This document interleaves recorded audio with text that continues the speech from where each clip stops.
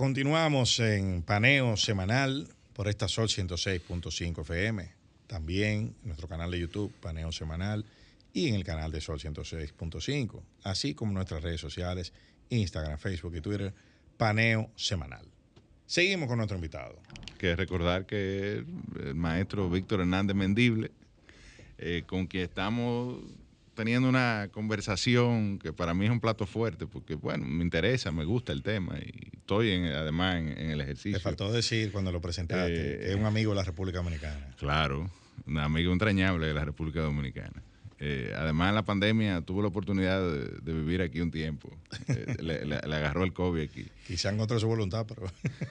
Sí, pero bueno, nosotros lo aprovechamos, yo creo. Sí, como decía, y casi lo hicimos dominicano en esa etapa. Bueno, decía Johnny Pacheco, el músico dominicano, decía que cuando él se muriera quería que le escribieran la lápida: aquí yace en contra de su voluntad, Johnny Pacheco. Bueno, pues seguimos entonces. Hablábamos de la intervención del Estado a través del abogado, del procurador administrativo, que no decía José, que no era parte del Ministerio Público, ¿no? Vamos a desarrollar un poquito esa figura. No, y distinguir, si se quiere, un poquito, como se llama procurador, que la gente entienda cuál es la verdadera función. Que no es un fiscal. Que no es que por el rumor público le va a caer atrás a la administración porque dice que hizo algo malo.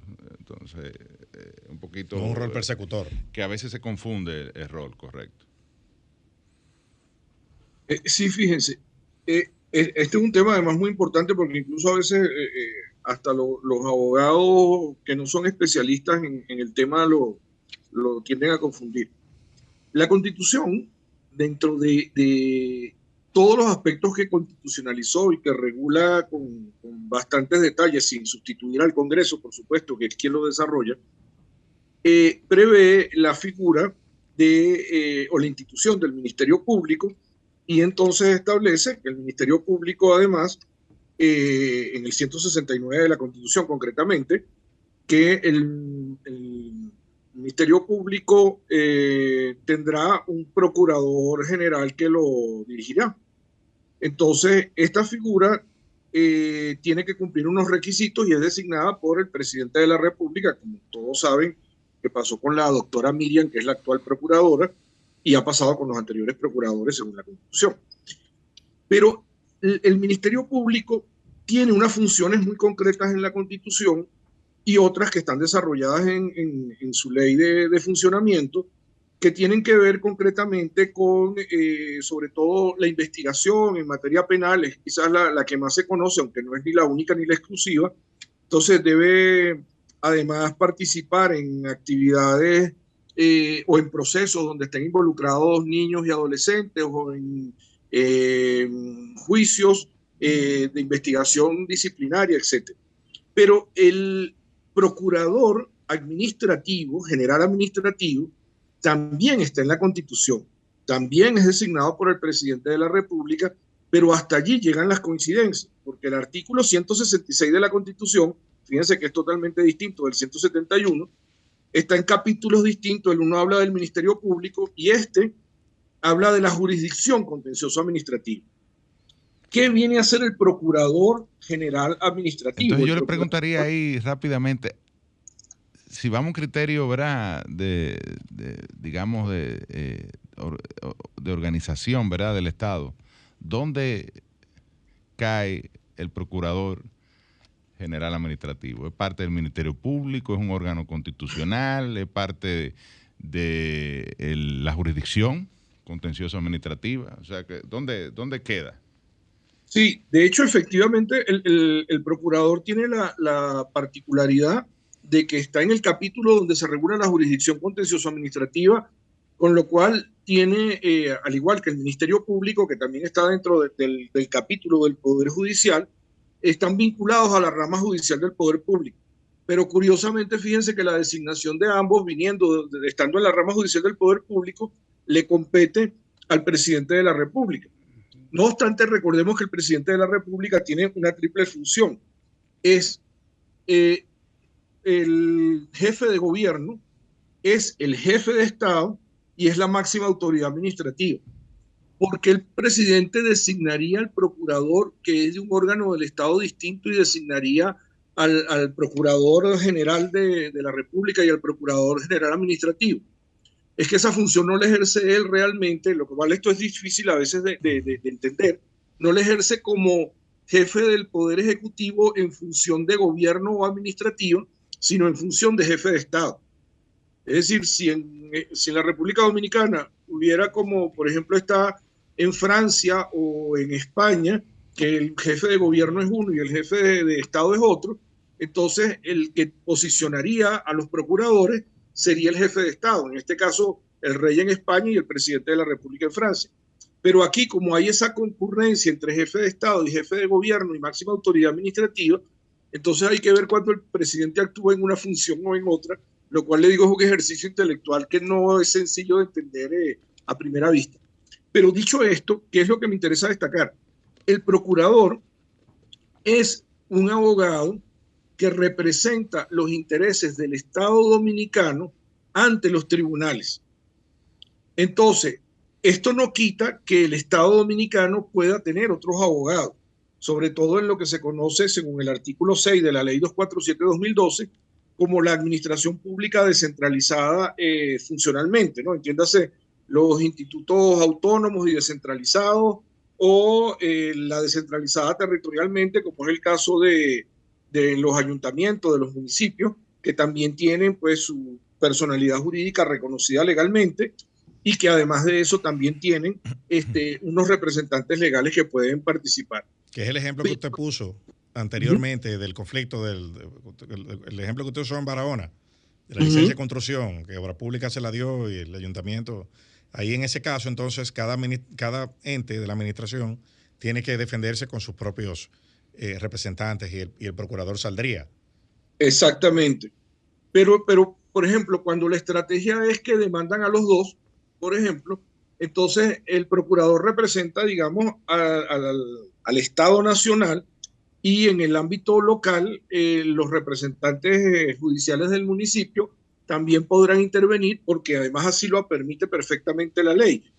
Pero no obstante eso, fíjense lo interesante, que aunque la ley lo permite, lo habilita, dice que deben coordinar la estrategia para la mejor defensa del Estado. Es decir, no es que entran ahora en conflicto de quién tiene como vemos en las películas con las policías de los Estados Unidos, yo tengo la jurisdicción o la tiene usted. No, ustedes tienen que colaborar y cooperar, como dice el artículo 12 en el numeral tercero de la Ley 247-2012, y esa colaboración y cooperación es para lograr una mejor defensa del Estado.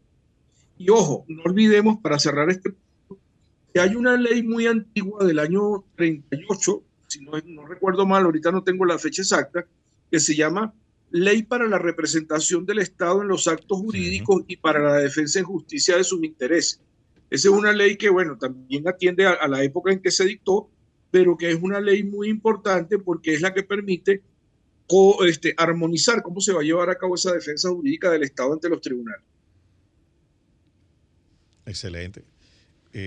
Yo tengo una pregunta, porque hasta ahora esa iniciativa legislativa ha abordado la importancia para hay que el decir ciudadano. Que tú representas la parte no abogadil de este panel. O sea, que los abogados, y desde mi punto de vista... Los franceses hablan francés, los ingleses inglés, los abogados legales. Correcto. Como yo no soy abogado y estoy oyendo la importancia para el ciudadano de esta instancia de superior administrativo, de contencioso administrativo, pero ¿cómo aborda esta iniciativa legislativa el hecho de que se utilicen estos recursos, estas facilidades, cuando el Estado actúa para el bien público, en representación del bien del interés público, siempre frente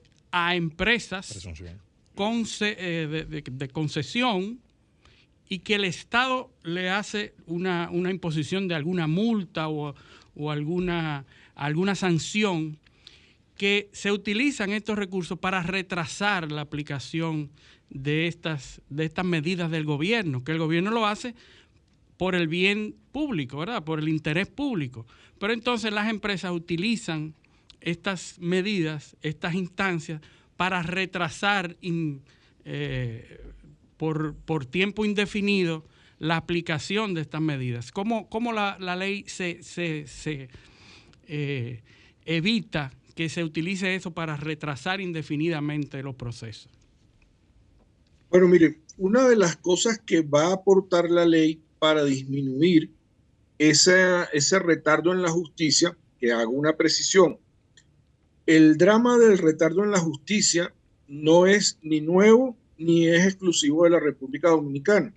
Los ingleses dicen que justicia retrasada es justicia denegada, y le cuento como anécdota, hace exactamente 20 años, en el mes de octubre, tuve la oportunidad por un viaje que hice a Italia, de conseguirme con un antiguo alumno que estaba viviendo y trabajando allá.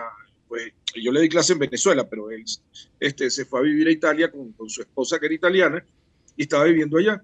Y entonces el día que quedamos en encontrarnos, me dice, sí, es que tengo una audiencia en la Suprema Corte de Justicia a las 11 de la mañana, pero eso no dura mucho.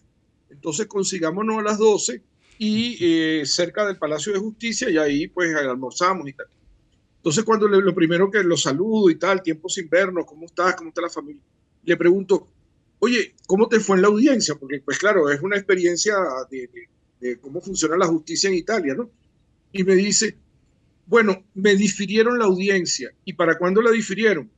Bueno, le estoy hablando del año 2002, octubre del 2002, para el 17 de julio del 2003. Imagínese usted una audiencia. No la sentencia, ni mucho menos.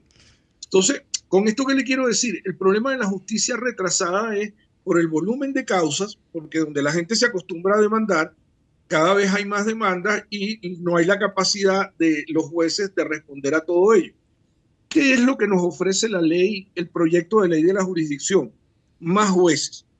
Ahorita, al no haber tantas demandas, incluso podremos tener la sensación de que en el primer tiempo van a haber algunos jueces que estén hasta ociosos esperando que alguien llegue con algún caso al tribunal para que demande, porque pues no hay suficientes causas para ello.